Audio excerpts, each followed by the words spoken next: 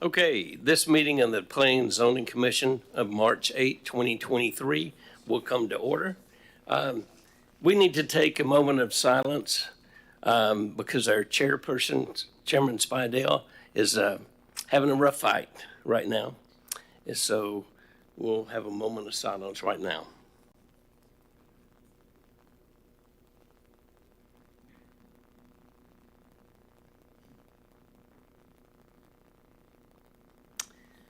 Will you stand for the Pledge of Allegiance? I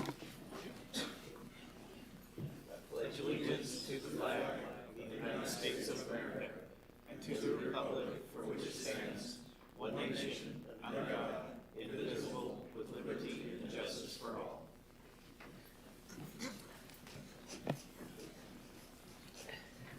Lori, would you call the roll for us? Yes. Chairwoman Spidell, Vice Chairman Richardson. Here. Secretary Grant. Here. Member Perez. Here. Member Aton. Member Faison. Here. Member Garrod. Here. Alternate Member Childs. Here. Alternate Member Rogers. Here. School Board Member Gilbert. Here. Okay, we do have a quorum. Next item is approval of the minutes of February 22nd. Motion to accept the minutes? Motion made by Member Perez, Second. seconded by Member Childs. Any discussion? All in favor? Aye. Aye. Opposed? Minutes are approved. Chelsea, would you go over the quasi-judicial procedures? And I want to say to everyone, because it's pollen, my voice is broken. If I talk with a cough drop in my mouth, don't take offense to it. Sure. All persons who anticipate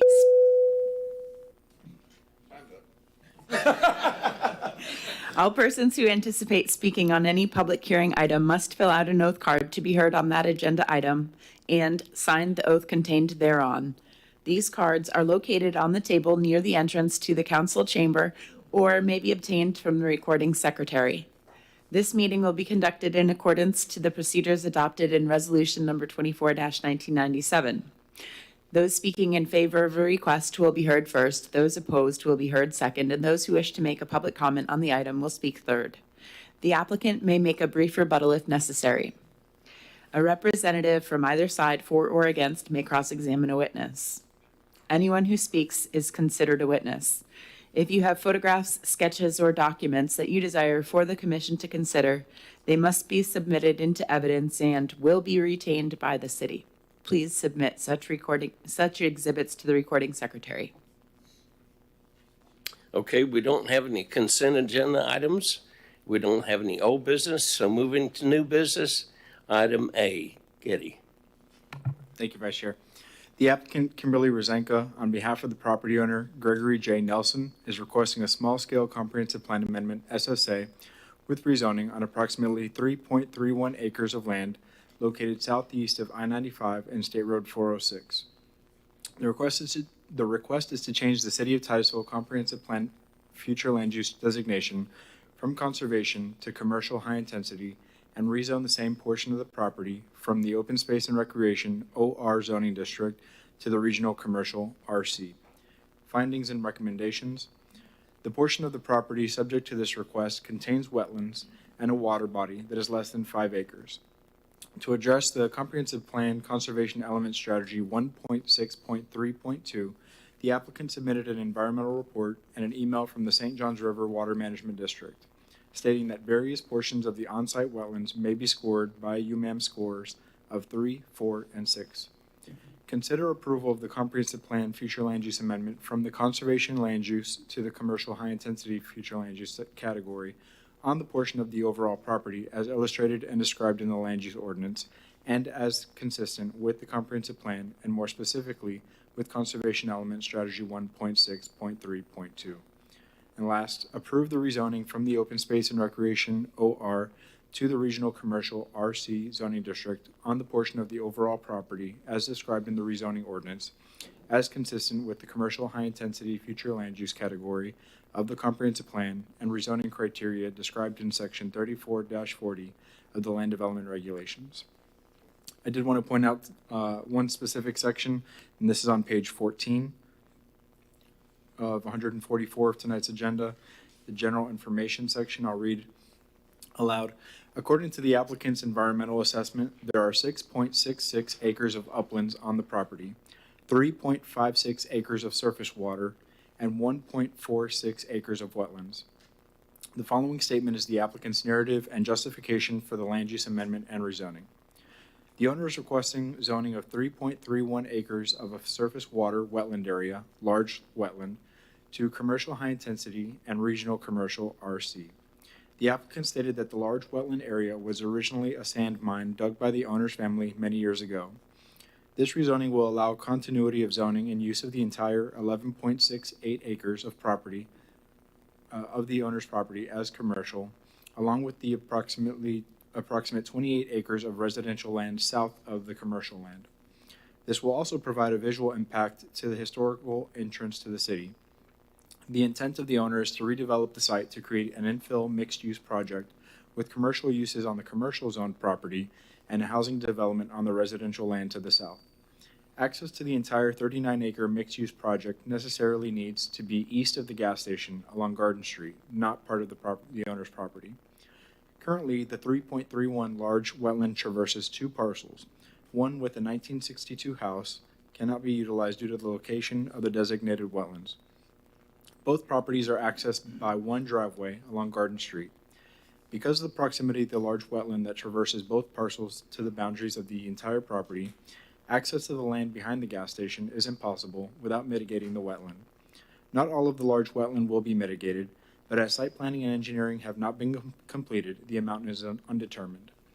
The mitigation plan prepared by Atlantic Environmental is also submitted. There will be changes to the grading of the entirety of the 11.68 acres, but city water is available and the only use of wells may be for irrigation. The land is currently well below the grade of the adjacent roadway, and fill will be necessary on the property and to mitigate the large wetland. The reduction of the large wetland and the increase in fill dirt on the site will provide a greater potential for water recharge on the site. No home fuel oil tanks are anticipated. According to the city's records, only 2.3% of land in the city is vacant commercial land, and more is needed in the city. This application includes two parcels with the tax ID number of the second parcel being 2107312. And then last, I would just point out to the commission that for illustrative purposes, the map on page 24 illustrates the request.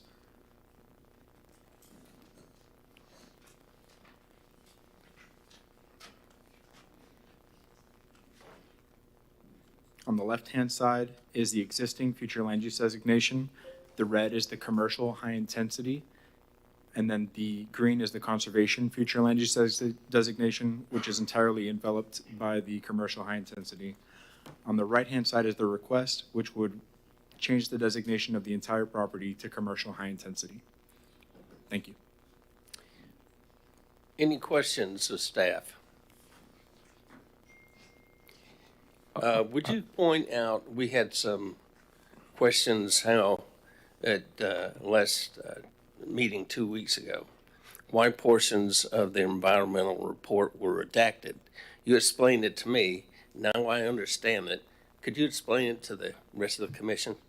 Sure. So my understanding is the purpose of the Florida statute that requires that we redact certain information in the environmental report is related to the location of the specific habitat or nest of the species, and so it's to prevent from poaching or to prevent a landowner from locating the nest or species, the individual animal, and relocating it themselves.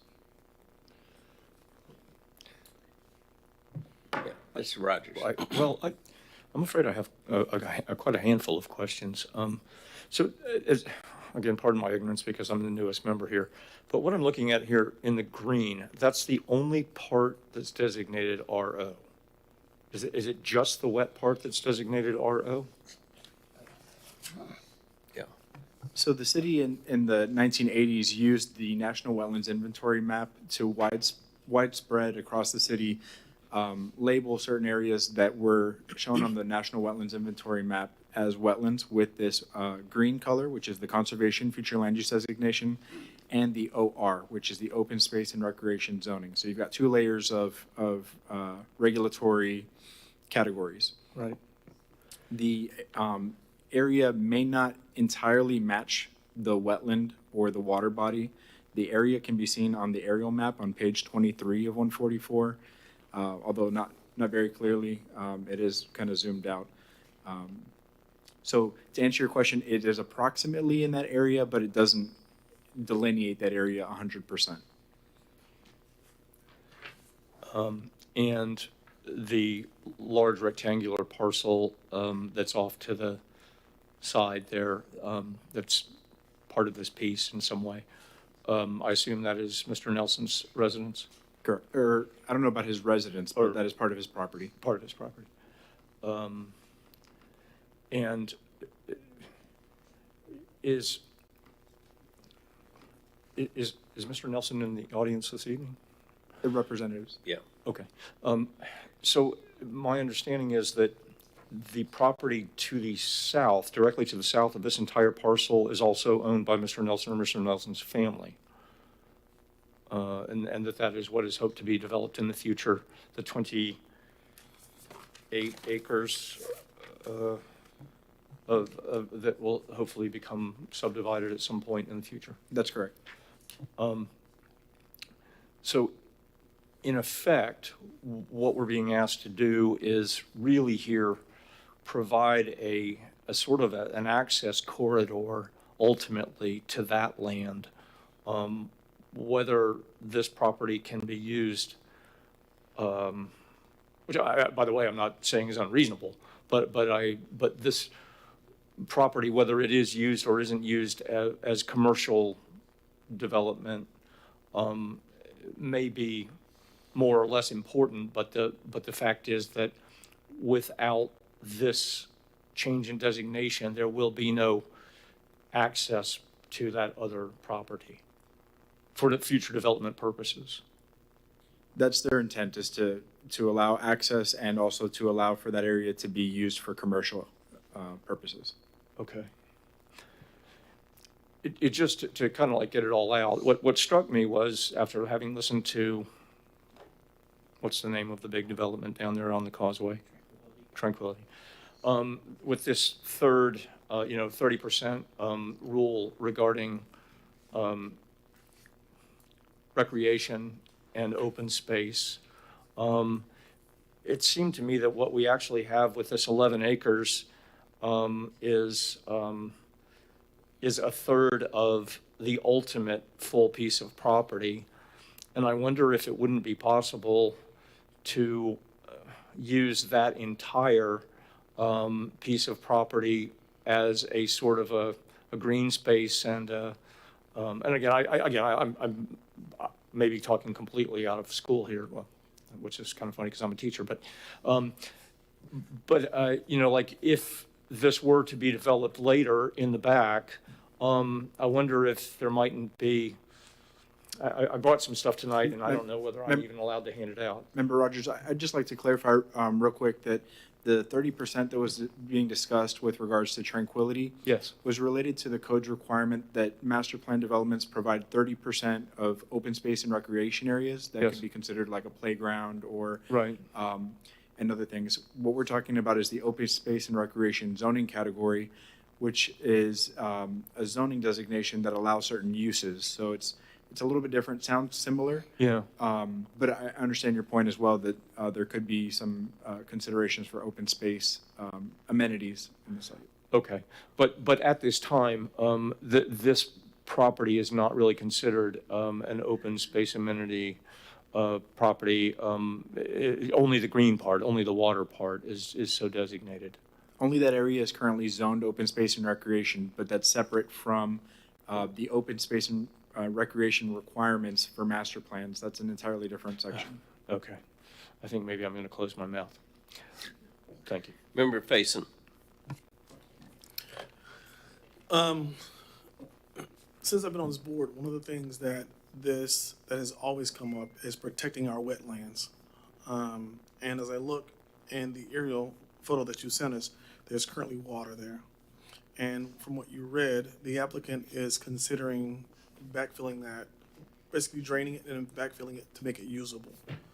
And then, again, I don't know, I mean, I won't assume that you have the answers for my question, but my question is, what is the long-term impact of draining that wetland to allow commercial growth there? And again, and I get the numbers that Titusville doesn't have very much commercial property to grow on, and I get that, and that's a difficult situation that we're trying to balance now, is protecting our wetlands while encouraging growth. If, unlike the other property we talked about the other day where it's wetlands, but it's actually kind of dry, there's no water there, that's an easier choice to make versus a wetland that's an actual wetland today. And to know that there's redaction going on, meaning that there's a protected species that's living in that wetland, utilizing it and thriving. Yeah, so the question I have for you, and again, I don't expect you to have the answer, so saying I don't know is okay. What is the long-term impact of destroying yet another wetland in Titusville? Sure, I'll try to answer.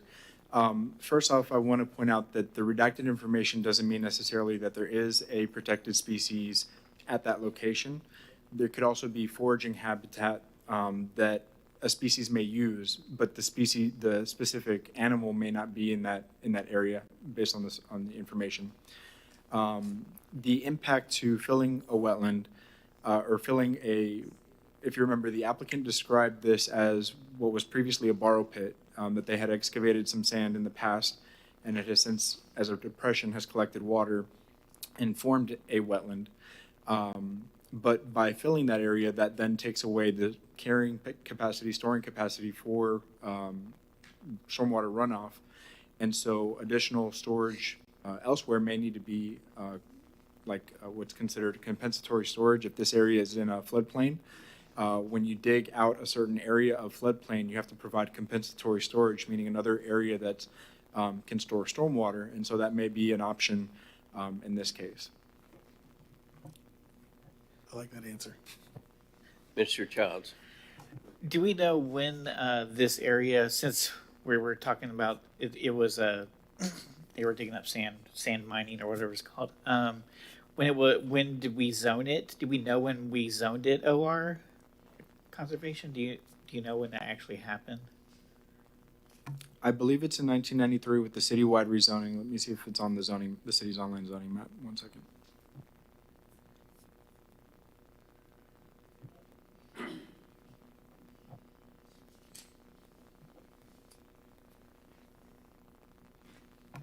Yes, so the open space and recreation zoning designation was placed on the property with the citywide rezoning in ordinance number 5, 1993, so 1993. All right, thank you. Mr. Grod. To change question and gear for the staff, I noticed in the application, and being somewhat new, I'm not familiar with past experiences, that there always seems to be a supporting evidence on the behalf of the applicant that they've contacted the Water Management District or environmental agencies, and that's been put part of the record. In the staff's analysis of the comprehensive plan amendment, access to Garden Street, which is, I believe, a state road, and my first question is, that means that access management's controlled from Florida Department of Transportation rather than the city? The city has its own access management standards, but a permit from FDOT will be required to access a state road, and Garden Street is a state road. So the determination on where that point would be, and the applicant made the comment, and your background also made the comment, that to the east of the property, because of the current location of the convenience store, would fall to FDOT for decisions. And then I think the other questions aren't for staff, but for the applicant. Thank you. Any other questions of the staff? I did have another one. Okay. On pages 61 and 62, I just was looking at the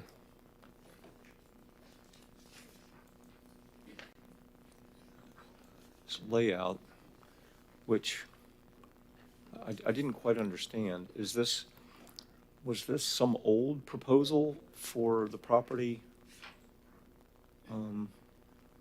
Is that covering what is now the wetland? I mean, is that showing what I didn't understand what that was. Member Rogers, are you asking whether the rectangles are the proposed development? Yes, and the streets. Sure. So the roads and or I guess the paper roads and the lots shown are the plat that currently divided the property. Yes.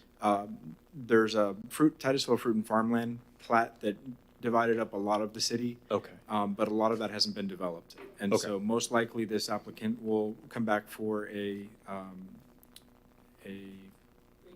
replat. Thank you, that's I the see. word. So this is not a plan for the future at this time? Correct. Okay. I'm relieved to hear that. Any other questions before you open the public hearing? The applicant will come first, and then we'll call the cards.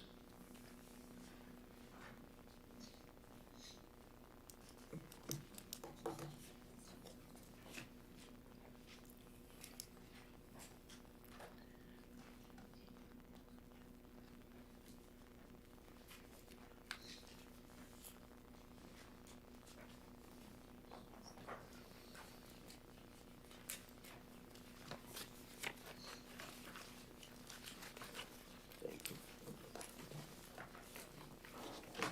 You're repeating a lot lately, aren't you?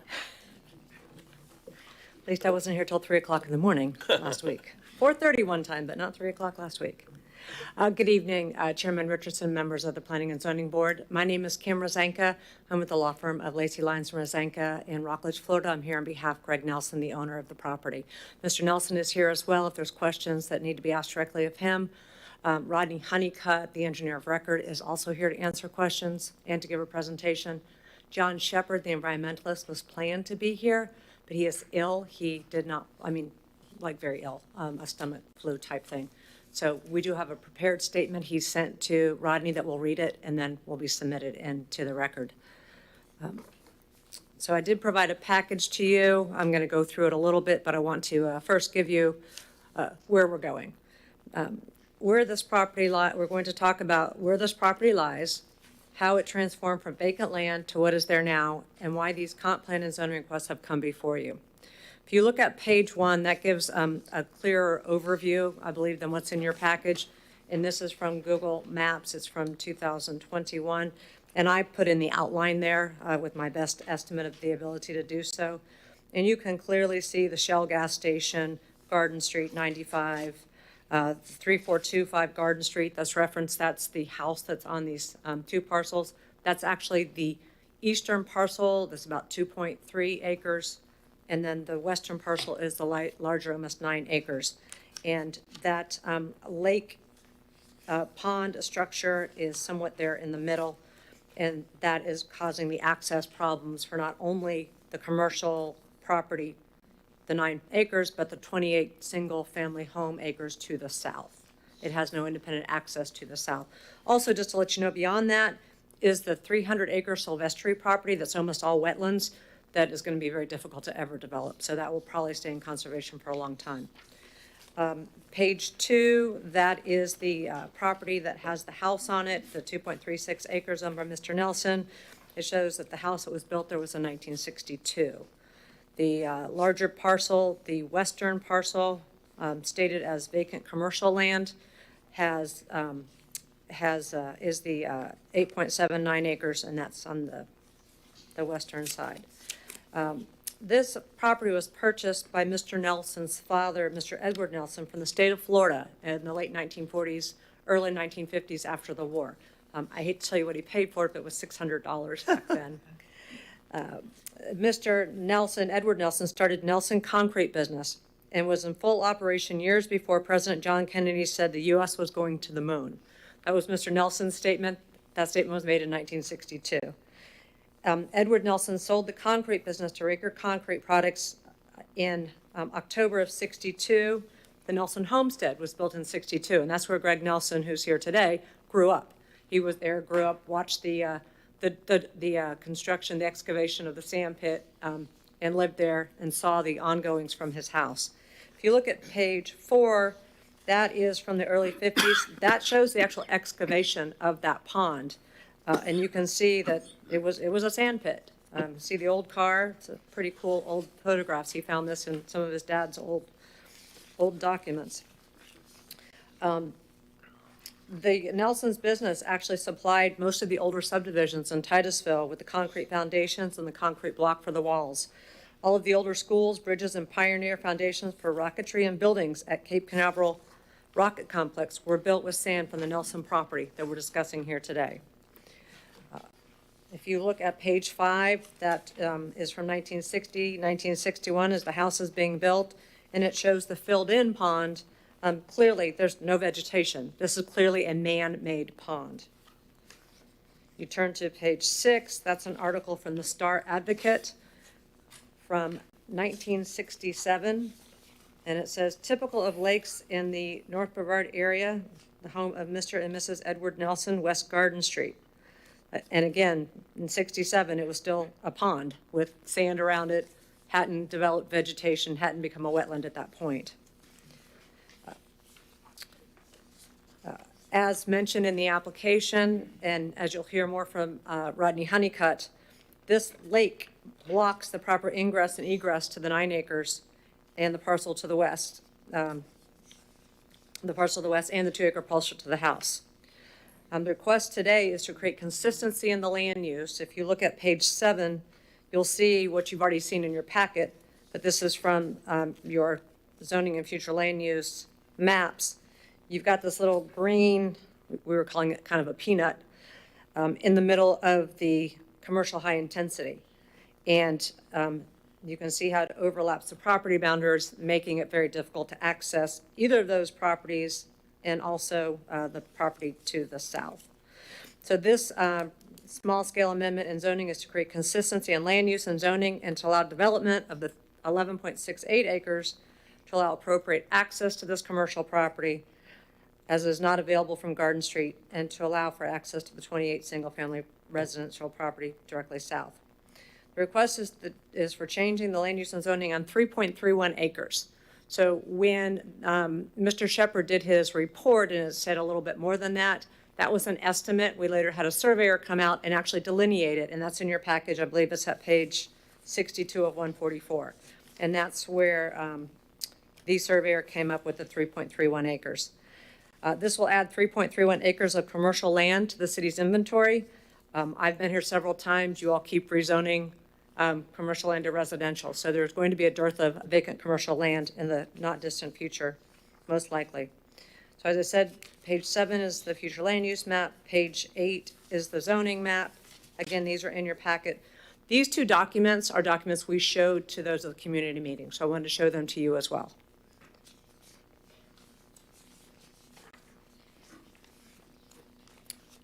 There is, page 9 is from the Atlantic Environmental Report. And again, I drew in the property line. So you can see how close the water is to the Shell gas station property, and also the access to the 2-acre the house property is along the edge because, again, that lake encroaching so far to the east. There's no development plan, or there's no development proposed. There's no contract purchaser. This property has been in the possession of the Nelson family and Mr. Nelson since, as I said, the 40s, late 40s, early 50s. It's been undevelopable for decades because of the way this lake has developed. The purpose is to make the land use and zoning consistent with the surrounding land and to allow development of the property. Neither the city's comp plan or its ordinances require a specific use, concept plan or site plan to be provided with a comp plan request or a rezoning. In fact, Florida law states a city's zoning ordinances control the uses to which a particular piece of property may be put. The planning board, therefore, is not concerned with a particular use of a piece of property as long as it fits within the permitted uses of the city's zoning ordinance. So again, because there's this hole in the middle of the commercial zoning, it makes sense to rezone this so the entire property can be used as commercial and the property to the south can be used. I know it's unusual not to have a proposed use, but this is obviously consistent because it's surrounded by that future land use and zoning. If you look at page 10 and 11, those again show documents from Atlantic Environmental Report, and it's just to show you of the body of water that contains the wetlands. The wetlands are about 1.61 acres of that 3.31 acres.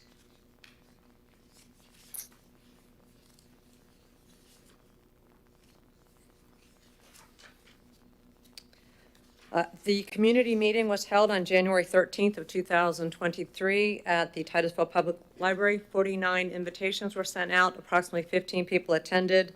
I know the report is in your agenda materials. Again, the questions were regarding filling the lake, the location of the road into the property, site drainage, reasons for the request, traffic concerns, and protected animals on sites. There are no protected animals on site currently. I know that was a concern of one member. And again, there are other agencies that would regulate that. If there are protected species, then they would not allow it to be impacted, or they would have to address that with the other agencies. This is less than 5 acres. Your comp plan specifies that non-functional or less functional wetlands less than 5 acres can be mitigated. This has to go through other agencies, Army Corps, St. John's, and this is just the first step to get it rezoned.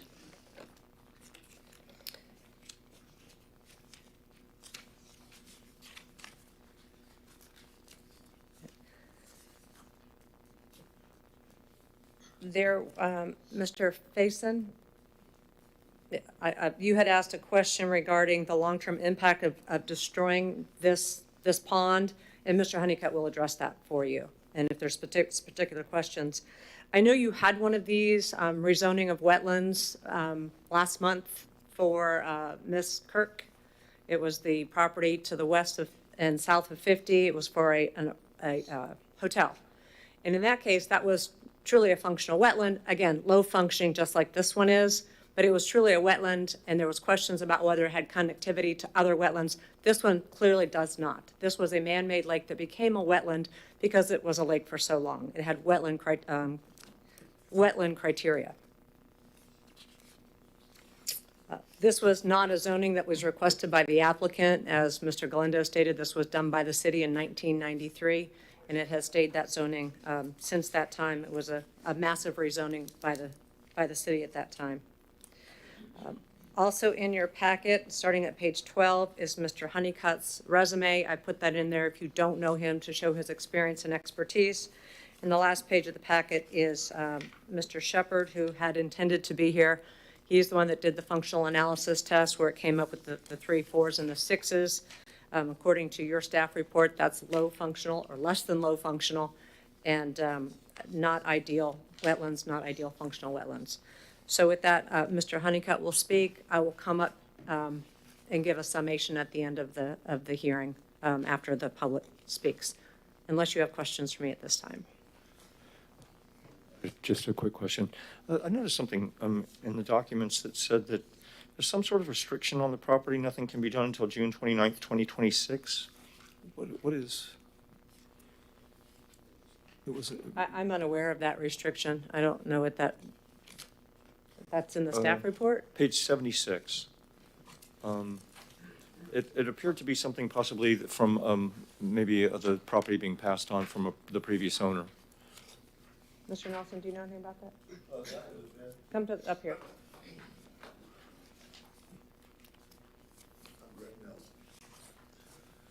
When my father died, he gave me the land under the pretense that it would not be sold for 10 years after his death. Okay, I see. And when did he pass away? I don't know the exact date, but we got about 3.5 years, 4 years perhaps. June 29th, 2026 is what I saw. I just wondered where it had come from. Okay. So the property is sort of frozen essentially for that period of time. I could develop it, can't sell it. I see. I understand. Thank you, sir. Any other questions of the applicant? Mr. Honeycutt? Good evening, Chair, members. Rodney Honeycutt, 3700 South Washington Avenue here in Titusville. As it's been mentioned, the site is located on the southeast quadrant of I-95 and Garden Street and zone regional commercial. I mean, that's a perfect place for regional commercial, is at an interchange on I-95, and that's why I'm sure the city originally zoned it that. except for the lake. And so that lake bar pit was zoned with the city when they did their initial zoning, as they said. The one thing I want to point out to you is that the access must be east of that gas station, because the limit of access from the I-95 maps are encroach into the gas station site. I'll show you an aerial. I'll give you an aerial now that shows that.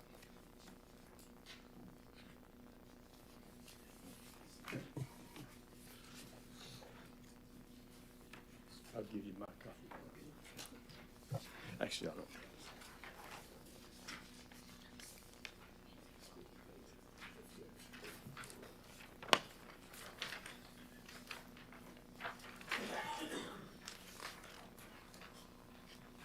There's two there.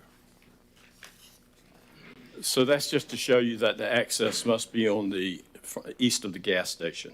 You can tell there that the access to the gas station, the westmost access, and the access to the hotel on the other side pretty much lined up with those access points when they were developed years ago. The benefits that I see to this rezoning is, number one, is it allows the property to be developed as commercial property. Currently, since the access must be on that eastern portion and the lake's there, it's difficult to access it without going through the lake, which is the OR zone. It also, as was previously mentioned, that will allow an access to the southern property should it ever develop. But it's not zoned regional commercial. It would have to have a different type development or be rezoned. It also allows the lake to be filled. And that's important in that this site is located in the city's area of critical concern, the north area. And lakes are notorious for evaporation. And so we lose that water when it rains that can infiltrate. So once this site is developed, there will not be any wet ponds allowed. All retention will have to be dry. And so that much helps the area of critical concern, because that's in this north area is one of the areas that the city gets our water in this official aquifer. So it also adds more storage in the aquifer by eliminating evaporation. As staff mentioned, there's limited commercial area in the city, and this adds more commercial area that can be developed in the city. There's a shortage at this time. And so if you have any questions on that, then I would take it now, and then I want to read you the environmental report, or his summary. Mr. Faison. Hello, Mr. Honeycutt. How you doing today? Good. How you doing, sir? I'm doing good. Good. I have just a few questions for you. One for now. What is the definition of a wetland, and how are wetlands determined? Do you know the answer to So that? I'm not a wetland person, but I can tell you that a wetland is evaluated with 3 criteria. And one of them is the soils type, and another one is the type of vegetation, and the third one is water available. And so you could actually have a dry wetland because you could have vegetation in the soils, And so I think the one you discussed last week didn't have water, but it was part of a larger system. This is an isolated wetland, and it was a man-made wetland from what I can tell. Right. Okay. There was that question. Eddie, did he miss anything when it comes to defining a wetland and how wetlands are determined? I don't believe so. Is there something specific you have in mind? No. The reason why I bring that up is because the applicants so far have made a statement that this was a man-made lake. There was a man-made pit, But over time, it collected water, it collected vegetation, and it earned the right to be called a wetland. So I don't want to dismiss the fact that it was man-made, but yet it still earned the right to be a wetland. And unlike the other one, like we mentioned the other day, that's dry, this is a currently filled with water. And then we're going to talk later on about whether or not it is, the level of functioning and how that's determined. We'll talk about it later. But this is so far a thriving wetland. And one of the issues that Titusville has had, as I said before, is the issue with eliminating wetlands. And so I just want to make sure that we talk about what a wetland really is, how it's determined, and whether or not it is functioning high, low, and what that actually means. Because honestly, until I ask Eddie, I don't know what a low functioning versus high functioning wetland is. When I read the environmental, and I'll distribute a copy too, I can tell you what John Shepherd helps explain it, so. All right, thank you. Mr. Grodd. Again, I'm changing gears. I think you're in sync with the environmental comment about a man-made wetland still a wetland, so I appreciate the way you put that. The question I want to focus on for myself, and my questions center around your access management. I admittedly visited the site to see the geometry, and I also looked at some of the aerial recent imagery, and it's interesting. There's a misalignment to the east of you where people are trying to go to the restaurant across the street. You can actually see the tracks in the road where people are having to swerve in not an exaggerated S, but an S movement because the driveway doesn't align with the median crossover.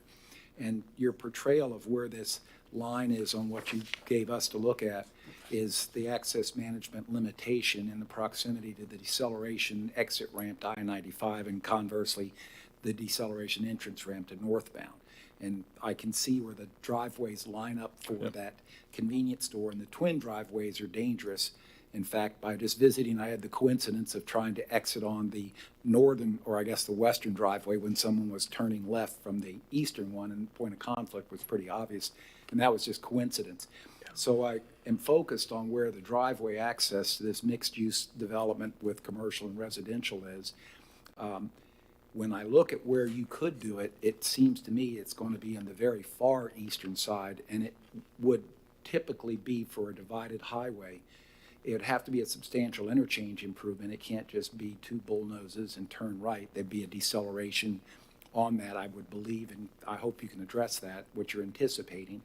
And as I asked the staff earlier about anticipating wetlands by communication with the Water Management District, have you had communication with FDOT concerning the driveway management, access management they're going to dictate, and the mitigating and what I think are aggravating circumstances by the existing driveways?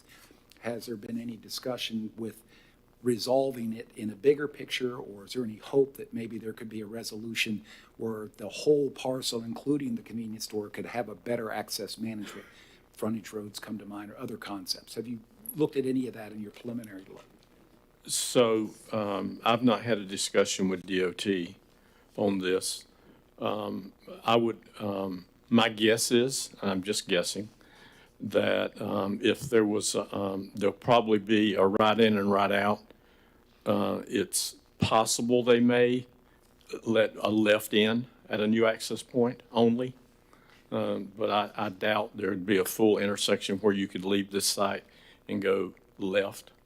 If you were headed north out of the site and wanted to go on 95, you'll have to, I would think, they'll probably have you turn right. You'll have to make a decel lane at the next possible turnaround so you can turn around and leave. And that's pretty typical of what DOT is doing these days for access management. And my experience would say I agree with you on the access for right in and right out, but the interesting feature is your mixed use is going to generate and attract traffic. Hopefully commercially you're going to attract traffic coming westbound on Garden Street, so if they don't have an entrance driveway to that site, the only way they can get there is to do a U-turn at that intersection I just referred to where the convenience store is. It's going to be a compounded situation, and that to me concerns me a great deal. And the secondary question I have, because it generates more traffic, when the attorney presented the photograph, it shows a little different than I see on the outline on page 24 of 144, where it shows the existing land use and the future land use. And then earlier, we all looked at the picture of where the vacated streets are and the paper plat, as it would be, where those streets were vacated at some point. What I don't and can't see is whether the existing southern boundary, I got my geometry right, southern boundary is a right-of-way from that map that identifies the property's legal description. It illustrates the vacated roads. And then in the presentation, I think it was page 9 of what was presented here, that more or less lines up with those vacated roads as if there's portions in the southern boundary.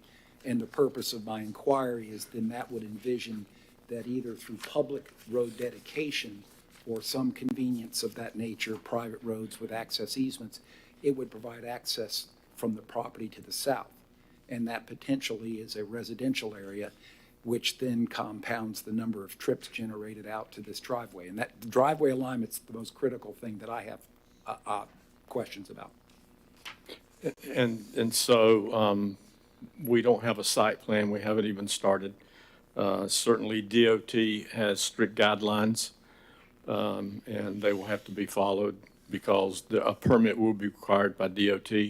A traffic study will be required by DOT and the city to determine the traffic volume and how the roads are treated.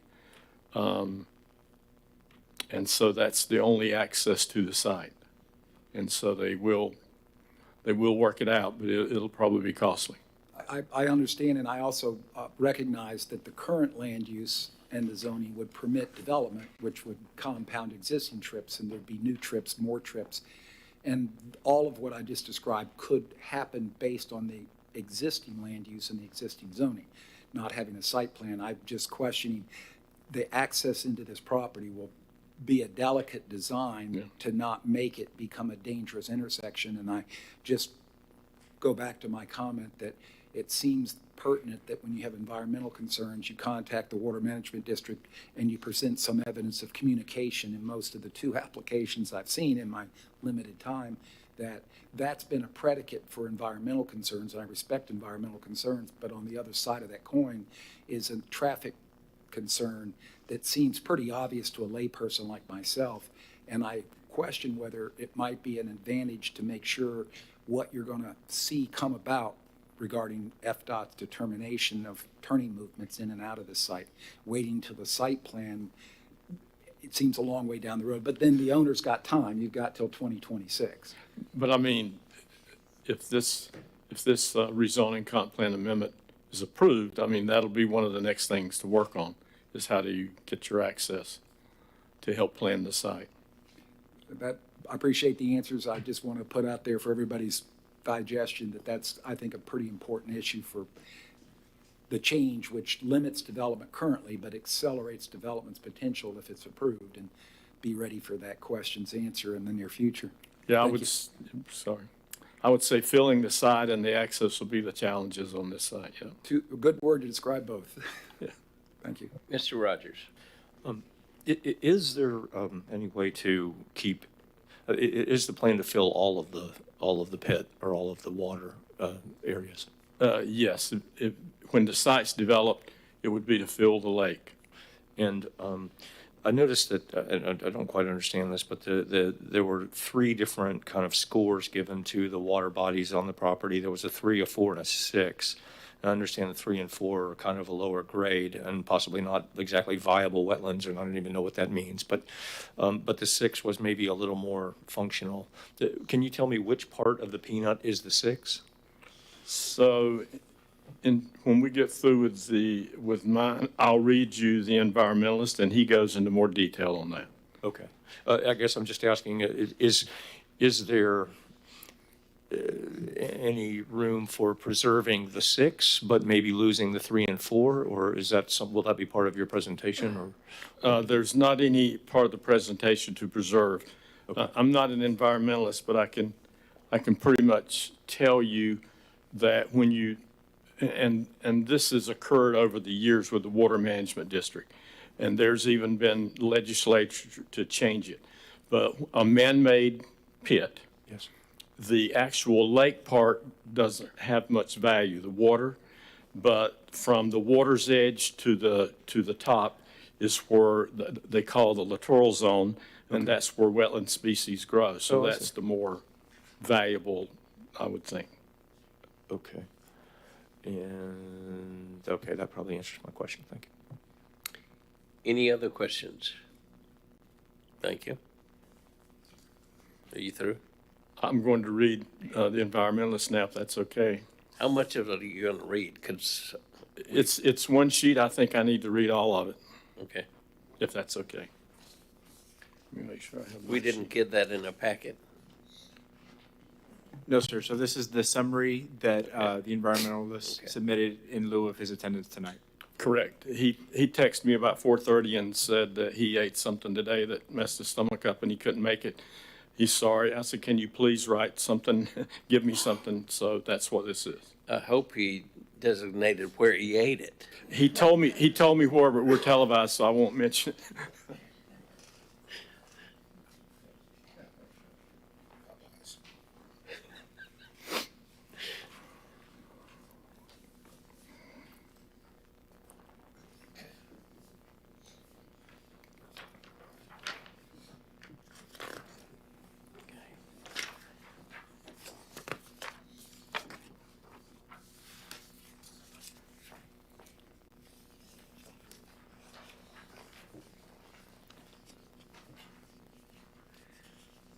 Okay.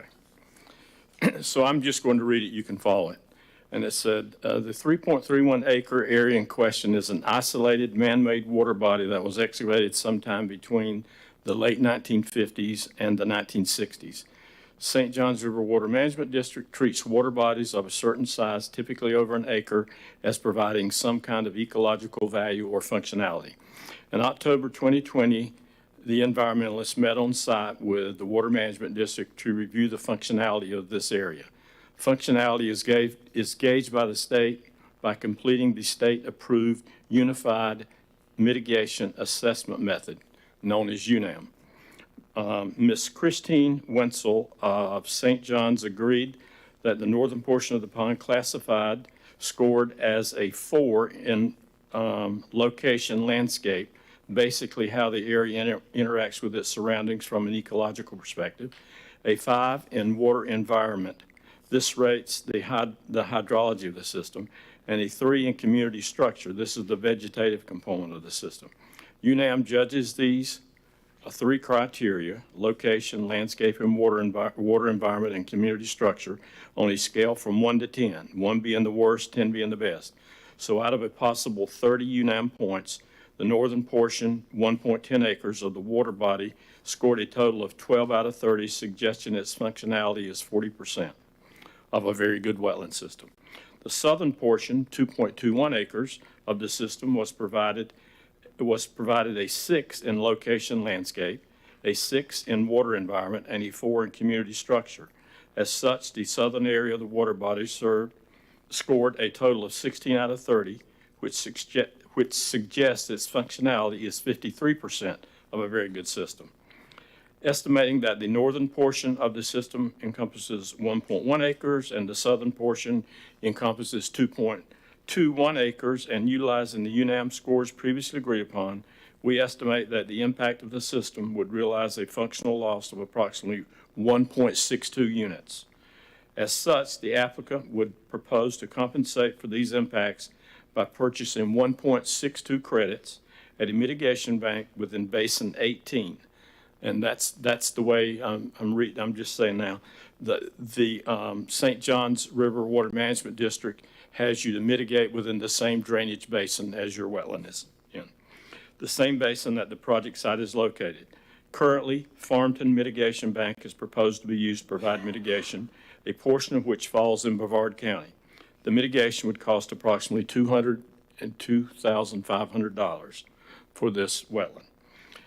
There are state and federal agencies that regulate mitigation banks, and both of these regulatory agencies have mechanisms in place to ensure that mitigation banks will be preserved and maintained as high-quality wetlands and uplands in perpetuity. And I'm sure that they have performance bonds in place to guarantee this. By purchasing mitigation credits, any impacts on the on-site system and its resulting functional loss will be compensated for fully from the ecological standpoint. John Shepherd. Any further questions of Mr. Honeycutt? Thank you. Thank you very much. I have one. Okay.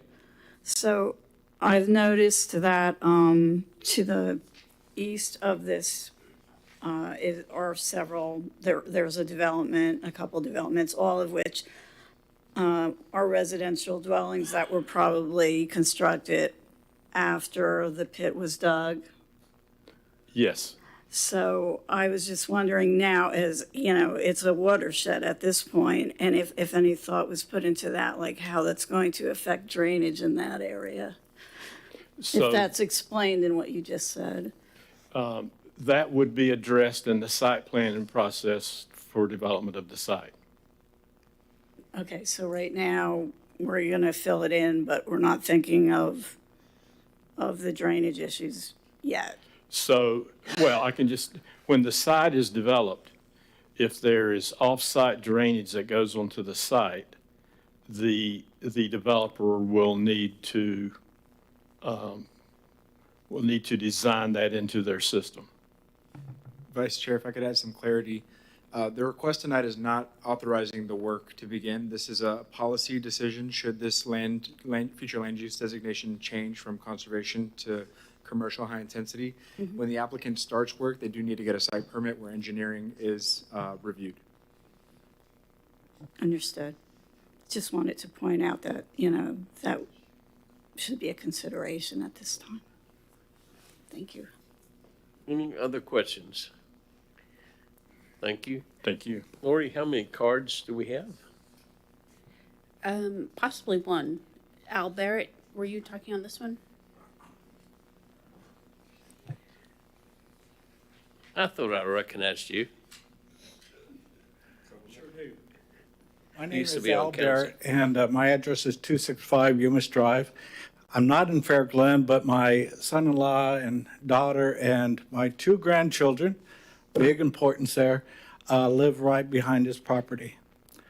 And one of the things I want to talk about is you know, we can talk about the permits and all that, but in July of 2020, the owner was in violation because he cleared some land without a permit.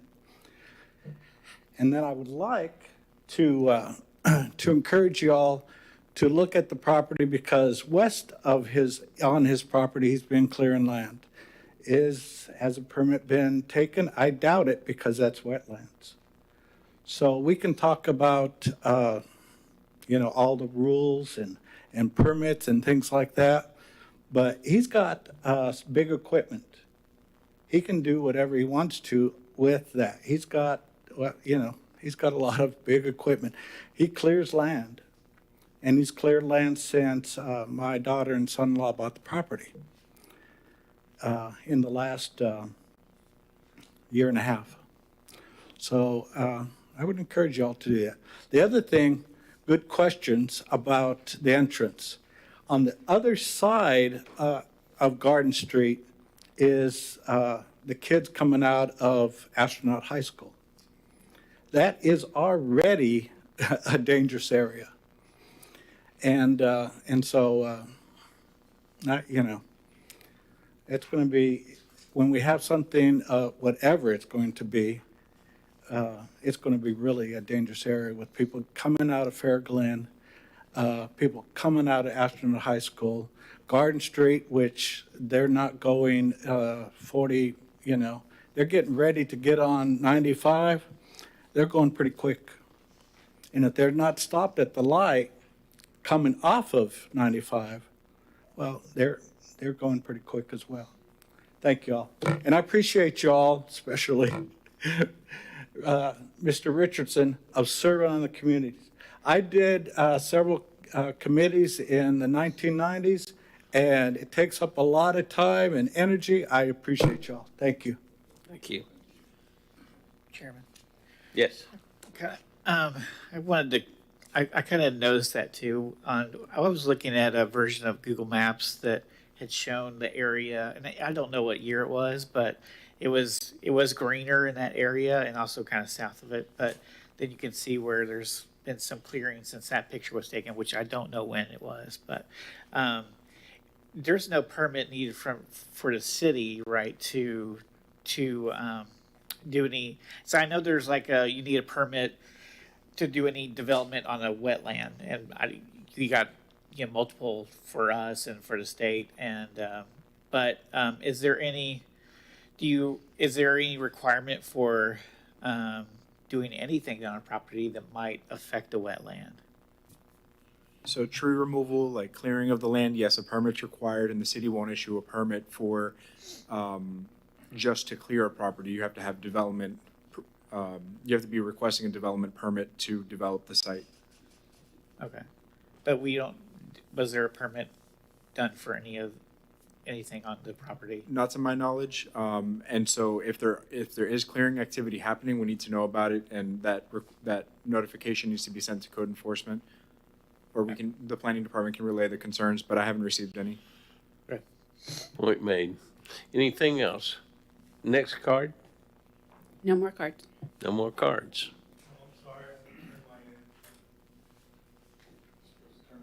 Yeah. Any other cards, turn them into Lori Daigle.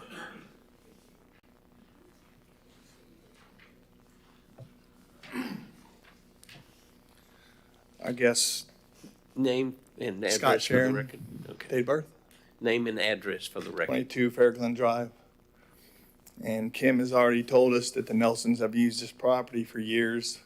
She's already told us there's been big profits. They dug the lake, which is now wetlands. And now they want to fill it in for more profit. The traffic issues, there's 2 schools close by. The gentleman before me just talked about traffic. We've lost our noise barrier. There has been work done on the land west of the lake. He owns his own bulldozers and excavators. And the noise in Fairglen is much more noticeable now from 95 than what it was last year. You can visually see from our backyards that the forest is disappearing, and there's wetlands all along that property. West on his properties, there's wetlands, and it's true, there's things going on back there that need to be addressed. Wildlife, in the report, there is the wildlife out there that is stated by the environmental report. Wading birds, tortoises, they're all on the property. We're flooding. Fairglen is flooding. Town Place Loop is flooding. What's the new subdivision by 405 and Singleton, South Singleton, Sereno Point? Yeah. They're flooding. A neighbor lost a tree that fell on his house in Fairglen. Big oak tree. He's lucky he's here. The ground is saturated in the back of Fairglen. The street back there is flooding into the yards north of the street. And he wants to propose filling in a 3-acre deep lake. They used to ski in the lake. It's very deep. It's holding a lot of water. Where's the water going to go? Just want you to consider that as you were wondering.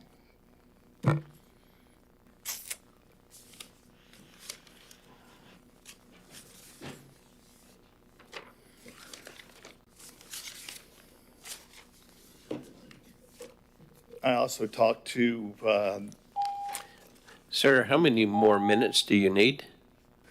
the woman he spoke about. How many more minutes do you One, need? yeah. Okay. Everybody agree? Sure. Go ahead.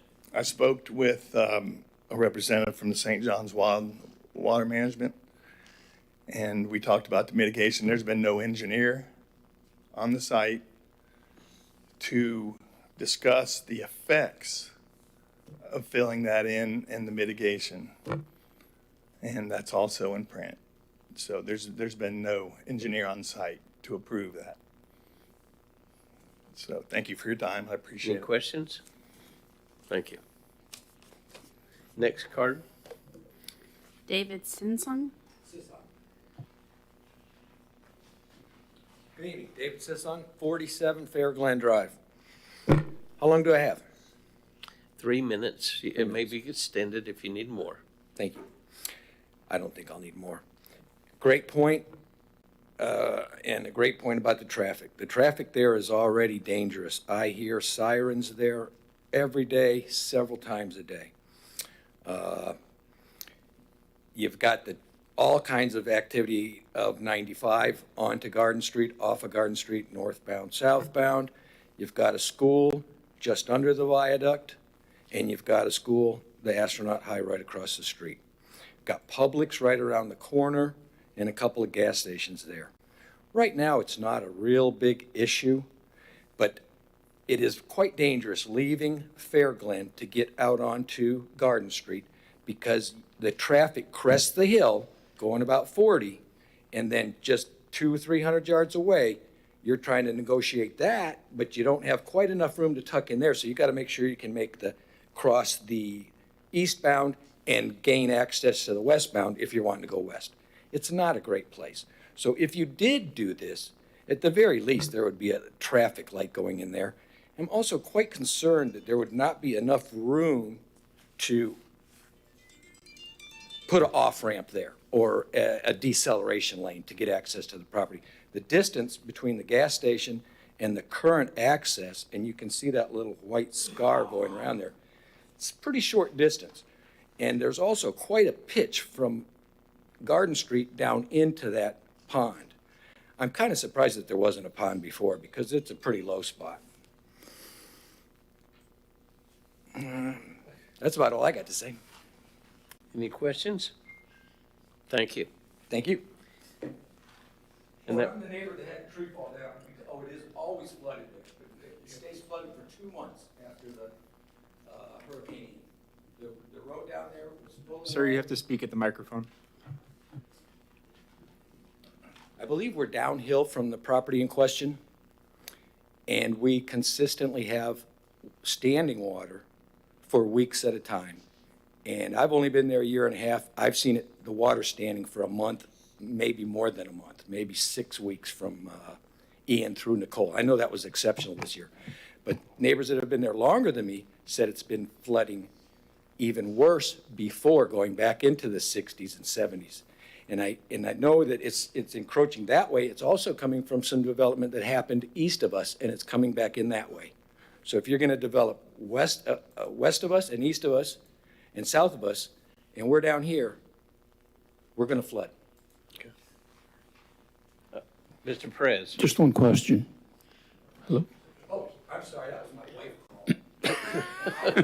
wife. Wasn't me. Where exactly is your property? East? 47 Fair Glen. So we are east of the property in question. And how far down? Oh, it's adjacent. If you see the current driveway that accesses that property, Fair Glen is just a circle. So about 40 homes in a circle, probably built in the early space program days. And that driveway that accesses that butts right up against the Fair Glen development.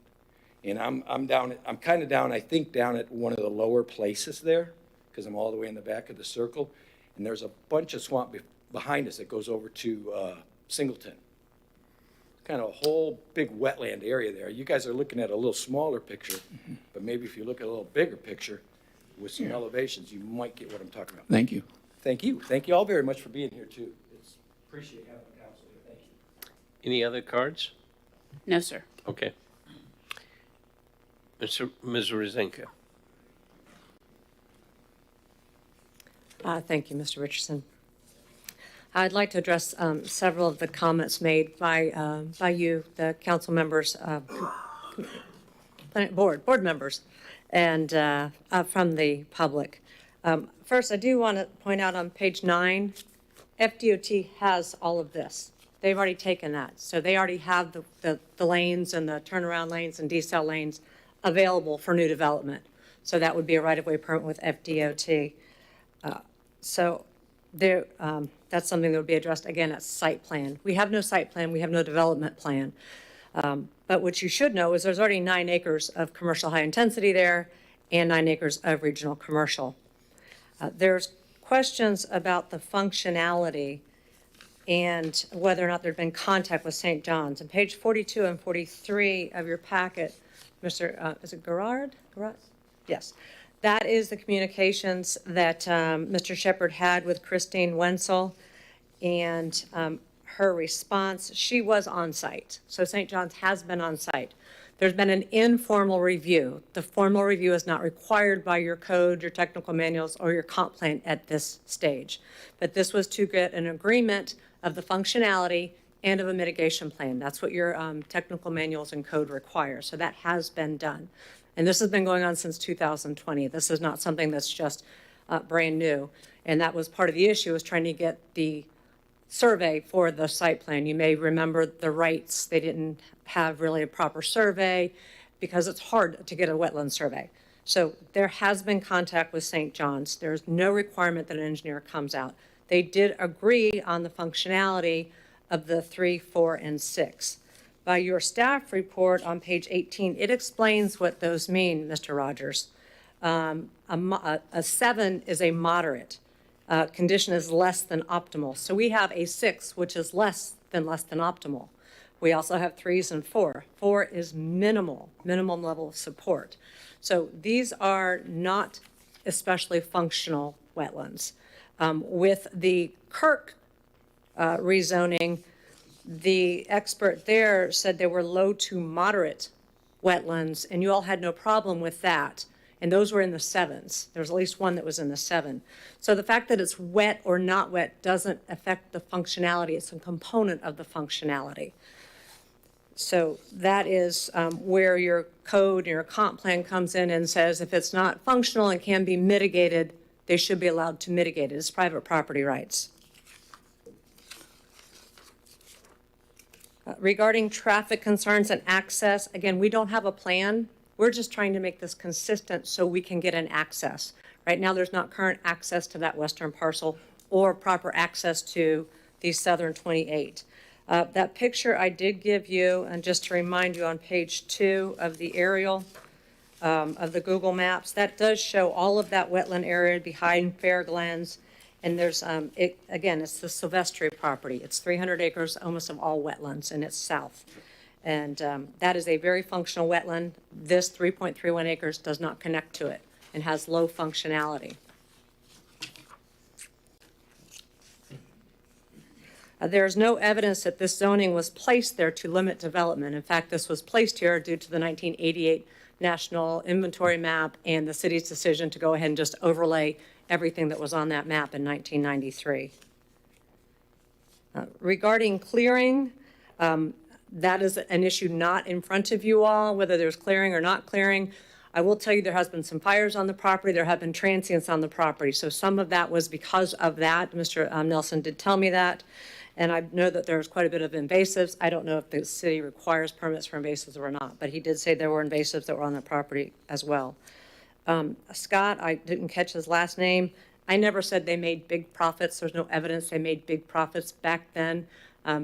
Life was a little different. You did what you did, and there's no evidence that he made big profits. We're trying to make big profits now. We have unusable land.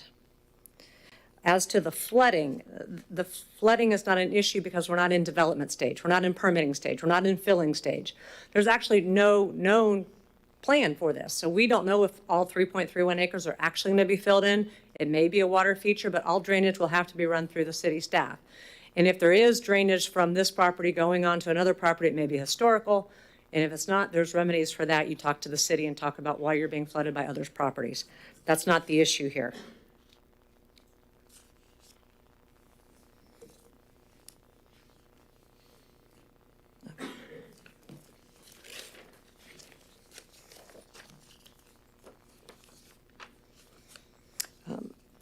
In summation, other than responding to what was heard tonight, this request meets the elements of the comprehensive plan that's set forth in the staff report. It complies with the procedural requirements of the zoning ordinance as also explained in the staff report.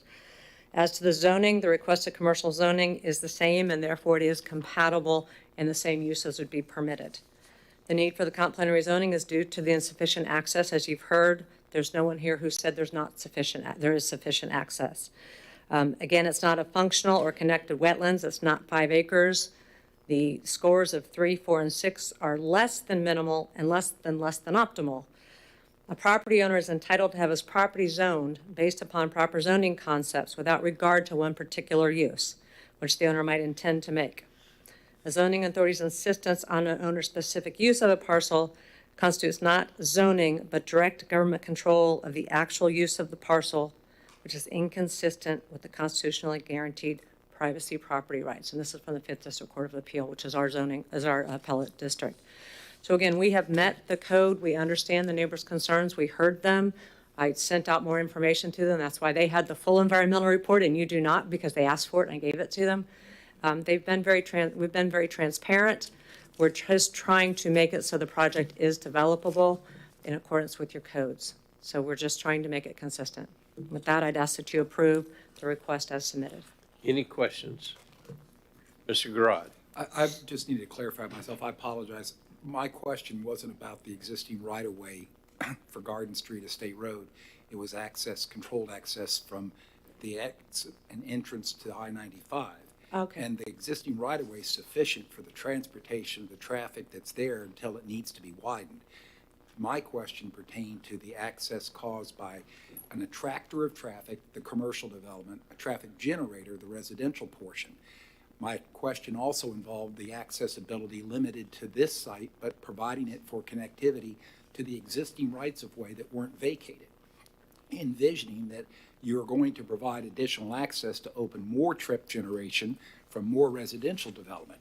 I wasn't so concerned about the existing deceleration lane or turn lane to this site.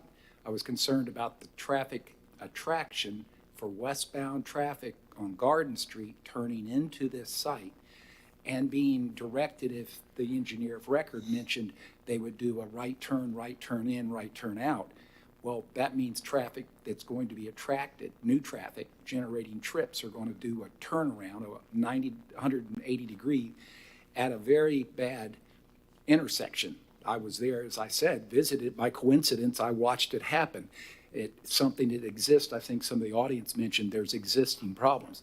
My point was the land use that's in effect right now provides for development, and FDOT's going to decide your driveway access and how it's designed and what other improvements are necessary in the medians to realign those so access to this site's trips generated by those two uses would be safe or safer or as safe as they may be. But the number of trips that could be generated from this site today is certainly less than what it becomes with your proposed change. So my point, when I asked the staff, do you get analyses provided for in the same measure you do for environmental concerns that are illustrated by the wetland delineation and the rhetorical comments back about wetlands and lakes and bodies of water and mitigation credits?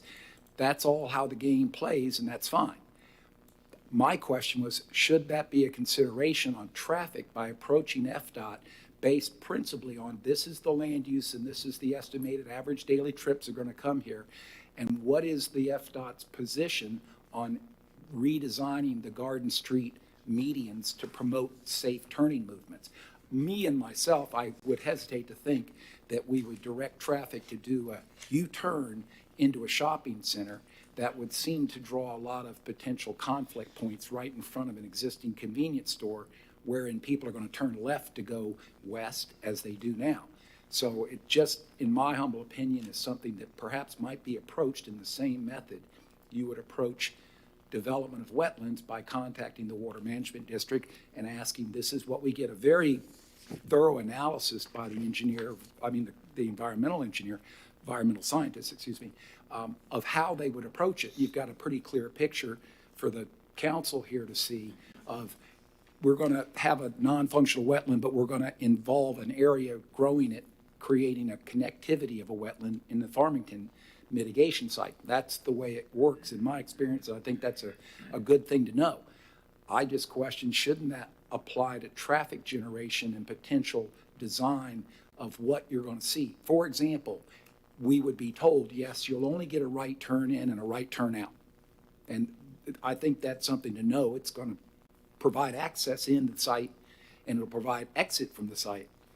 It won't be the best design for a commercial development because people won't want to go through that labor of turning a U-turn to turn right into it. So my point was not about the existing right-of-way. Okay. And again, I understand your position, and in some jurisdictions, you have to do that. You have to address a traffic methodology letter. Your jurisdiction does not require it. Not to mention, we don't know what's going here. This could be a storage facility where the trips are nominal. So there's just no telling what this is going to be right now, but right now, it's not usable. So I do understand your position. I thank you for explaining that. I'm sorry, I need to ask a question. Earlier, the presentation was having residential components would act in harmony with the adjacent residential development. To say that this could only be a mini storage site would be in contrast to what we heard earlier. I'm not saying it's only. I said we don't know what it's going to be. It might be a storage facility. It might be a shopping center. It could be a dentist office. We don't know.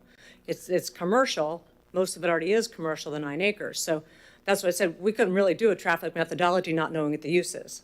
It's any use that's allowed in regional commercial.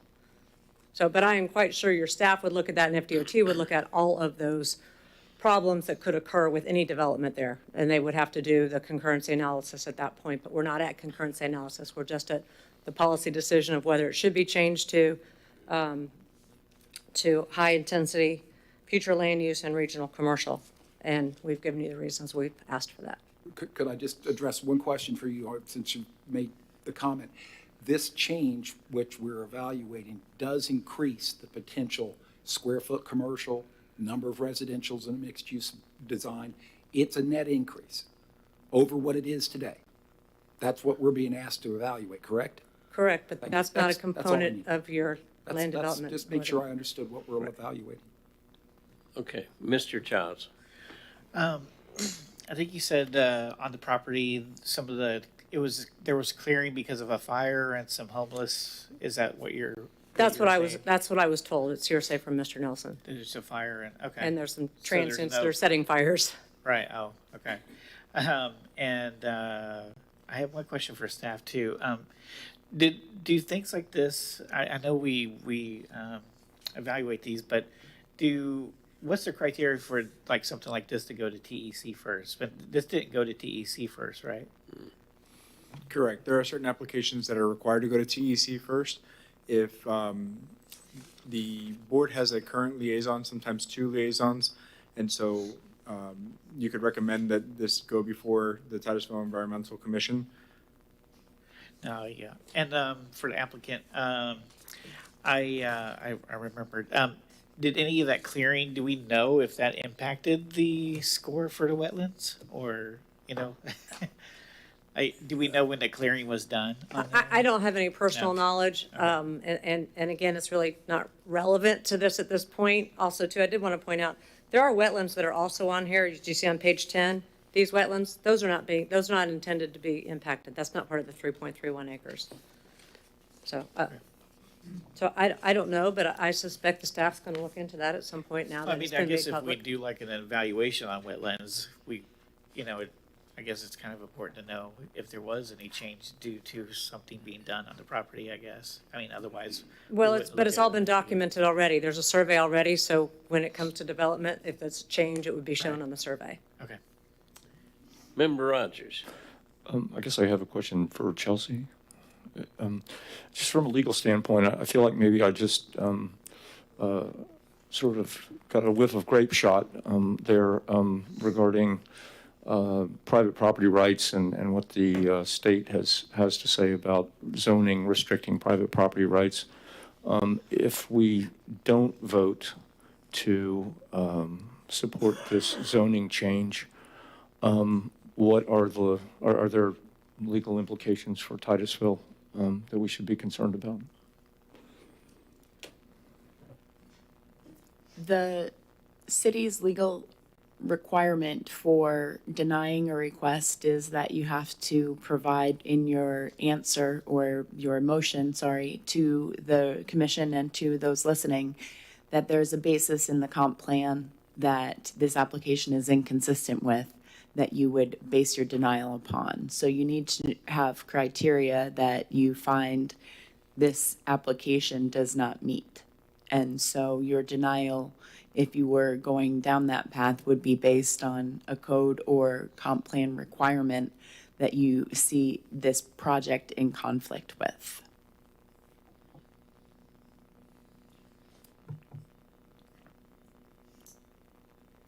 And do we, our official position thus far, Eddie, in your opinion regarding the codes in this particular situation? The staff recommendation is listed on page 21 of 144. With regards to the comprehensive plan amendment, consider approval of the comprehensive plan future land use amendment from the conservation land use to the commercial high intensity future land use category on the portion of the overall property as illustrated and described in the land use ordinance and as consistent with the comprehensive plan, and more specifically with conservation element strategy 1.6.3.2. And with regards to the rezoning, approve the rezoning from the open space and recreation OR to the regional commercial RC zoning district on the portion of the overall property as described in the rezoning ordinance.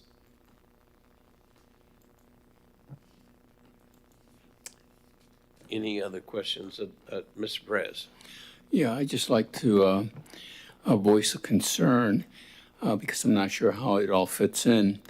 The whole issue of the water management, I think, is kind of complicated because at one point there was no pond. This thing was excavated a long time ago. It filled. And it filled, it seems, fairly quickly, okay? If that were to be filled over with dirt, that water's got to go somewhere. In the meantime, all of this development to the east has occurred, which apparently is being impacted already. If we didn't have that reservoir there, would that change anything? And the other question I have is, how do we fit in as a board? Is this something that we get to look at, or is this something that later on we have to figure out, not us so much, but the whole development process has to figure out, well, you know, how do we change how the water is being funneled, you know, out of this neighborhood that's maybe impacted already? Sure. So I heard two questions, one specific to drainage and one about more general process. The first question, Mr. Honeycutt may be able to explain better about what the requirements are when he's designing stormwater management systems. But typically when you're designing a site, when you're developing a site, you're not allowed to impact the historical drainage pattern. And so if the current drainage pattern is not draining towards the properties to the east, then he would have to design a system that maintains that historical drainage pattern. With regards to the process, what you're looking for tonight is this request consistent with the comprehensive plan's policies? I've heard questions that are more specific that happen further down the road. So tonight you're making a recommendation to City Council, and City Council will make a final decision. If City Council were to approve this request, then the applicant would have the entitlements on the land in order to request a site development permit to fill in the wetland and also to construct anything that is consistent with the comprehensive plan. So tonight, if you wanted to recommend denial to City Council, they would need to know what policy you feel that this application violates so that they have a firm basis for denial. Again, this recommendation tonight does not authorize any type of site work. And so that the engineering and the specifics such as access management, drainage, all of those are reviewed by engineers during the site plan phase. Okay, did I hear you correctly that if we approve this, then it could be filled before any other issues are ironed out as to what happens if it is filled? No, sir, I don't believe I said that. Oh, okay. Mr. Payson? First, as a point of order, if there are no more cards, I think we can go ahead and close the public hearing. And then we can have our. I thought I internal did, discussion. but if I didn't, public hearing is closed. Okay. All right, great. Yeah, so a lot of what we've heard tonight so far have been personal feelings on certain things that aren't based in what we have to make a decision on, which is the comprehensive plan. And yeah, so as Chelsea has said, that's what we must base our decision on. So if there are no more cards, and I think it's time for a discussion among us, if there is any, if anyone has anything, or otherwise we move forward. Anyone care to make a motion? I move that we approve, let me get this wording correct here. One moment, please.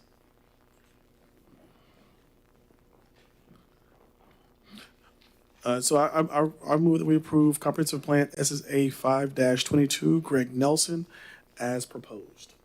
Second. That's to recommend approval. Recommend approval. Yes. Okay, any discussion? Okay, Lori, roll call, please. Member Garad, I'm in favor. Vice Chairman Richardson, Yes. Member Perez, Yes. Member Childs, Yes. Secretary Grant, Yes. Member Rogers, Yes. Member Faison. Yes. Okay. This item is recommended for approval, and it'll be heard by the city council next week, next Tuesday, right? That is Oh, correct, and this item requires two action. okay, that's right. Second part. I move that we approve the rezoning from regional, from open space and recreational to regional commercial as proposed. Second by Member Childs. Member Rogers, do you have your light on? It was an accident. Okay. Any discussion? Mr. Grodd? No, Okay. Roll call vote, please. Secretary Grant, Yes.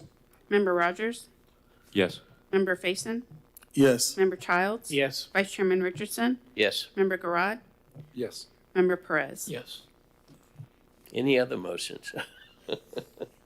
This item will be heard by city council at their meeting next Tuesday. Next item. Staff? Thank you. This item begins on page 105 of 144. The applicant and property owner, Rysam Investments LLC, is requesting a small-scale comprehensive plan amendment, SSA, with rezoning on approximately 0.78 acres for the purposes of constructing a multifamily residential building. The subject property includes two unplatted parcels located, sure.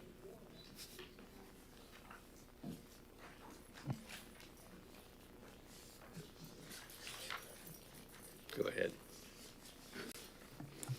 The subject property includes two unplatted parcels located at the eastern terminus of Palmetto Street and has approximately 280 feet of frontage on Palmetto Street, a local road. The intent of the request is to change the future land use designation on the property from low-density residential to medium-density residential and rezone the property from the single-family medium-density R1B zoning to multifamily medium-density R2 to support the intended multifamily use. Findings: the comprehensive plan future land use map amendment is consistent with the city's comprehensive plan. The rezoning is consistent with the city's comprehensive plan and the land development regulations, including the rezoning criteria described in section 34-40 of the code. I wanted to read on page 110, future land use policies 1.14.1 and 1.14.5. 1.14.1 states, sites for residential development shall be located throughout the city in a variety of residential zoning classifications, which provide for a variety of lot sizes, floor areas, setbacks, and residential densities. The staff comment, the request would replace the low-density residential future land use designation on the property with medium-density residential. The subject property is located at the eastern terminus of Palmetto Street. The parcels north along Palmetto Street have a low-density residential future land use, and have existing multifamily structures. The parcels south along Palmetto Street have a downtown mixed-use future land use designation and have existing single-family residences. The multifamily development to the north has a medium-density residential future land use. The development in the area can be described as mixed. If approved, the request would allow additional multifamily units to the north of Palmetto Street.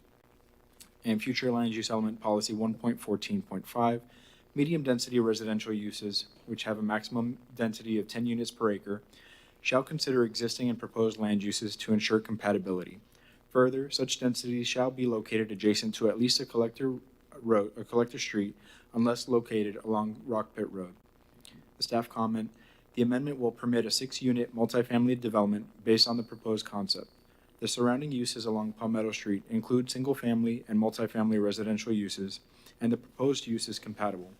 The subject property is located on Palmetto Street, a local road terminating in a cul-de-sac, which connects and is adjacent to Rock Pit Road. And lastly, I would just point the commission to 2 pages. Page 125 is the concept plan, which shows a schematic for what's being proposed. The 6-unit multiplex is to the west, parking in the center of the site, and then stormwater to the east. And the last thing I'd like to point out is page 140, which is the proposed future land use map, which shows that Palmetto Street is divided. On the south side, the future land use is downtown mixed use, and on the north, low density residential. And that the subject property, which is highlighted on page 140, the requested future land use designation is the tan color that's similar to the property to the north. Thank you. Any questions of the staff? Okay. I think I. Oh, Mr. Rogers. I'm sorry. I just, there was something I ran across in there that said that if you had a 5-unit or less development, then you didn't have to get a certain school evaluation, but if you went up 1, then maybe you did or something. Was that taken care of? Some school impact type of. Maybe Member Gilbert could address that? Yeah, it is exempt from the requirements. Oh, okay. And just a curiosity question: Are these rental units, or are they for sale, or will they be for sale? Do you know? I believe they're for rent, but I'd have to defer to the applicant. Okay. Any other questions of the staff? Okay, Lori, do we have any cards? Yes, one. Okay. Mr. First, I'll hear from the applicant. Good evening, members. My name is Stavros Hadjistavridis. I'll be representing the client and the civil engineers. I'm with Consulting Civil Engineers located at 3650 Bobby Lane, Suite 119, right off of South Street. Today, we're just here to agree with the staff. You know, the staff has approved a zoning designation, and it's merely to change the density so that he can have this, the 6 units being placed on the lot. As you've seen on the zoning maps, it's surrounded by multi-density. That's all we have to say. Any questions? I'm sorry, I can't pronounce your name. That's just fine. You won't be the first. I hope Lori has it as it's spelled. Okay. Yes. Any questions? Mr. Rogers. Are they? Will they be rental, or will they be for sale? These units. I don't know at this time. On the engineering side, we're just dealing with the constructability of it. Okay, thank you. Okay. Any cards? That was it? No cards. We're not as dramatic as the previous. I'll close the public hearing. That's okay. Discussion, Mr. Faison. He did a good job at answering the price and what he's doing with the project. That's the first time someone has dodged that question. What's that? Not answering what they plan on doing with the property. So that was pretty good. We hear market rate all the time. Yes, market rate. So good job dodging that question. All right, so I don't know if you guys are familiar with this area. It's over by Rock Pit Road, South Street, and Park Avenue. It's not one of Titusville's brightest spots. No, I think the police officers will have tested that. Yeah. Well, I used to live over there. So to be honest with you guys, I used to live over in Forest Park in the 90s. I was unemployed and I lived rent free for a year before I bought my first house. That's where I lived at. Terrible area. To be honest with you, back in the 90s, it was terrible. Terrible. I don't want to use the word blighted, but it was terrible. Palmetto, or this particular street, if you guys haven't been down there, again, it's not Titusville's brightest spot. This area where the house is being built, it's a slope. So the water runs down to that end of the house, to that end of the street. I was looking at purchasing a house on the other side from this property before. I don't have a problem with building, hopefully property there for housing. My concern though is that area, just simply that area. We need to do new construction in that area, but not just this one building. We need to just kind of revamp that entire street, and then let that go not only down Palmetto, but down Rock Pit Road and that entire area. I'm in favor of this. Just FYI, I don't know if any of you are all familiar with that area over there, but we do need something to kind of start to revitalize that area. Yes, as a matter of fact, when I was on planning and zoning in the 80s, that's before some of you were born, a member of P&Z, his name was Chuck Heller. He was an architect. He built a couple of those units that are close to Rock Pit Road. They're minimum square footage. I think they're 600 square feet. That's quads. And I was familiar with it then, and then also I deliver Meals on Wheels, so I'm very familiar with that area. Any kind of development will be good for the area, I think. Mr. Garrod. People don't pronounce my name right either, so I understand that. How was it You were supposed to be good. You were good. pronounced? Okay. You were good. I wanted to comment that just joining so quickly and getting involved, I've been overhearing the conversations of this council as well as the city council and strategic goal setting I listened to. And if there was a place you were going to meet all of the overview of what people are trying to provide for, the concerns of some of the members about affordable housing, the staff's comment, the city's direction to have infill. I drove down Palmetto. It's been a while since I was a young man in the town, so I wanted to go back and remember where those streets were. And, this is, to me, a perfect example of an infill project where the adjacent properties already in that land use, there's not much potential someone's going to subdivide individual house lots, and if you did, you'd be underutilizing the residential development potential that's gained by getting this land use provided that complements what's adjacent to it. And it also complements what's around it. New buildings generally tend to improve as it would be conditions, and your concern and comments is, I recall a little bit of Rock Pit Road back in the day, so I think this is fitting a lot of the criteria the city's aspirations are in the application. Let's see who was first. Member Rogers was first, I think. I just wanted to reiterate, and I guess there's no way for us to control this a whole lot, but I sure would love to see places smaller, cheaper places people can buy as opposed to people can rent. And I know that the market dictates that and everything, but, I don't know, to the extent that the city or we, which probably is fairly minimal, can try to help that process along, it would seem like it would be a beneficial goal. Remember, Faison, your light was on. Yeah, I turned it off because you had mentioned 600 square feet. I don't know. We didn't ask the applicant, what size they're building. We didn't ask the applicant other than what the intended use. We didn't ask, how big it is and who their target market is. But they do have to come back before us again, possibly. All right. And size will be an issue. Will they come back before us again? I don't believe so. Yeah. They got by. I don't think so either. You let one get away, Joe. For example, if When they receive their site development permit, if there are certain standards that they can't meet, they would go to the Board of Adjustment and Appeals. So really, this is your consideration for the land use change. Well, you didn't fill out a card and the, Well, so, hey, so the people know, I know Mr. Burris. I've known him for quite some time. If you could please come up to the podium and answer their questions, fill out the card afterward, that'd be appreciated. and state your name and address for the record. How you doing? My name is Derek Burks, 3690 Buckwood Drive. The proposed units are going to be about 1,300 square feet, and they will be for low-income rental units. So we're not building to sell right now.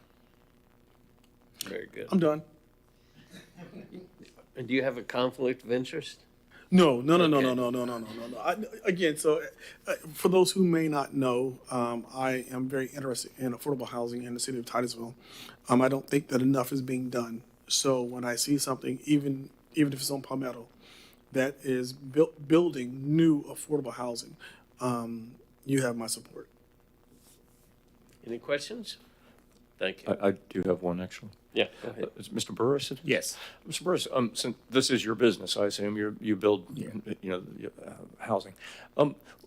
What is it that, I mean, if it can be summed up, what is it that makes the rental more attractive than building for sale in this type of market? We have a shortage of Section 8 housing. I get calls every day of people actually losing their Section 8 voucher because they can't find housing. Okay. For And the key housing. thing is with the Section 8 is that there are incentives for the builders to build that kind of housing, or at least for owners to rent Section 8. There's no incentives. We're just filling a need Okay. for the area. So. In fact, there are kind of financial disincentives to build for Section 8. Oh. Because you have to comply with ADA and all kinds of things. Oh, okay. The doors have to be 36 inches, and you would not find that in a normal house. Thank you. Thank you very much. Yeah. Okay. Anyone care to make a motion? Since it's not a conflict, go ahead, Mr. Faison. All righty, guys. I move that we approve small. Recommend approval. Yes. I move that we recommend approval to the small scale comprehensive plan amendment 6-2202 Palmetto Complex as presented. Is there a second? I'll second. Okay. We'll second it. Several seconds. I'll give the credit to the first one I heard, which is Mr. Garrod. Any further discussion? Roll call, please. Member Faison? Yes. Member Perez? Yes. Member Garrod?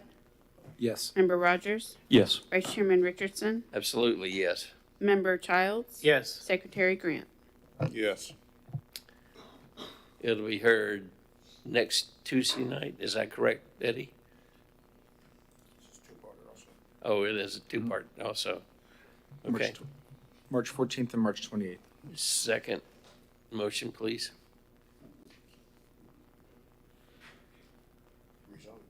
I move that we approve the rezoning for Palmetto Complex as presented.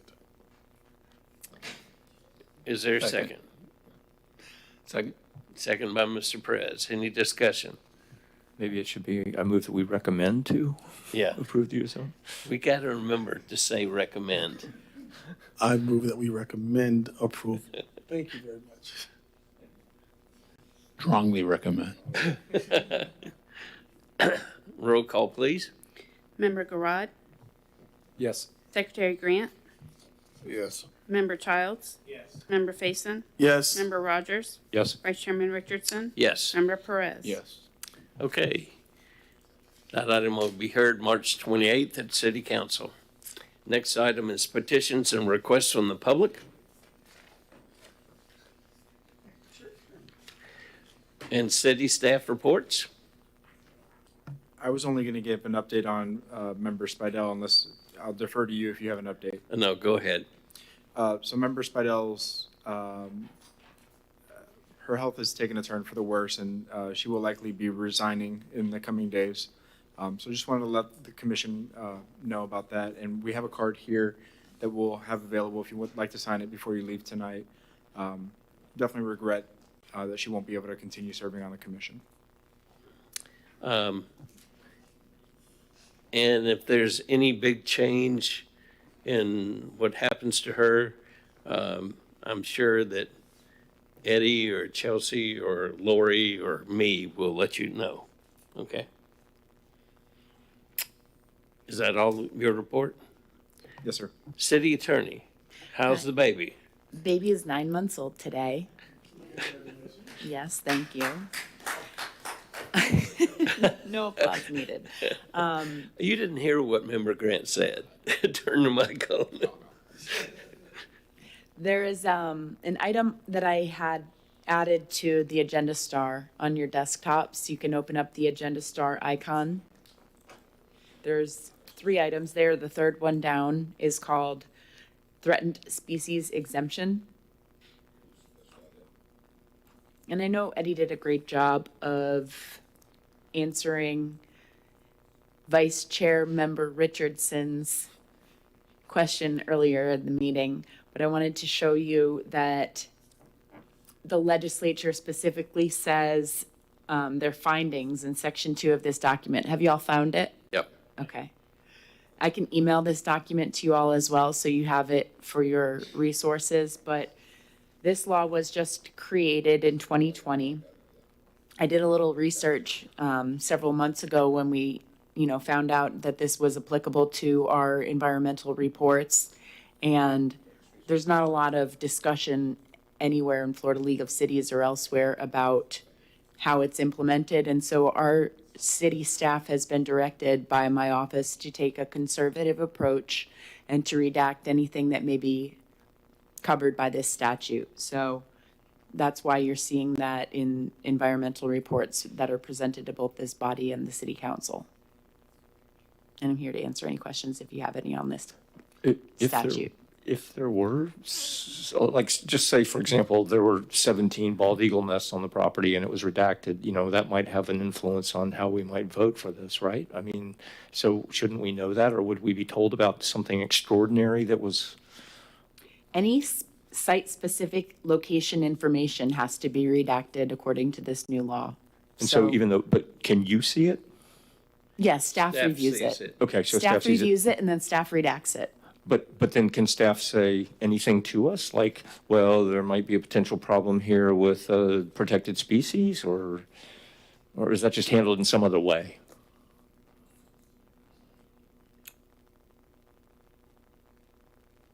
When the city provides this record, we have a requirement by this law to exempt that information. And so we're following that law, like I said, to be conservative. If you have a concern about something like an environmental report, I would always encourage you to reach out to staff outside of the meeting so that you can get a better understanding of that with a one-on-one meeting with staff, either by phone or in person. So outside of the meeting, I could go to staff and then they could explain to me exactly what the issue is that has been redacted. Yes. And I would encourage that. Okay, I didn't understand that. Thank you. Because everything that is on our agenda is city council too, is public record. And as Eddie explained it so well to me on the phone, you don't want that specific where the endangered species is located made public. I appreciate It's your patience with unfortunate. me. A little wet behind the ears here. That was the end of my report. Thank you. Okay, I have no report except for please don't forget to sign the card before you leave. Any other member have a report? It's Mr. Faison. I like you guys.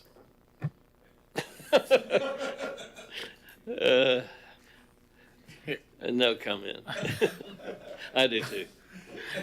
Let me just say one thing. You know, I don't read the New York Times, but I address people like the New York Times addresses, Mr., Ms., whatever. And I refer to the staff as Lori, Eddie, Chelsea. And does that offend you, Not in the least. Please continue. Lori? Okay, I'll continue that. Okay, anything else? This meeting is adjourned.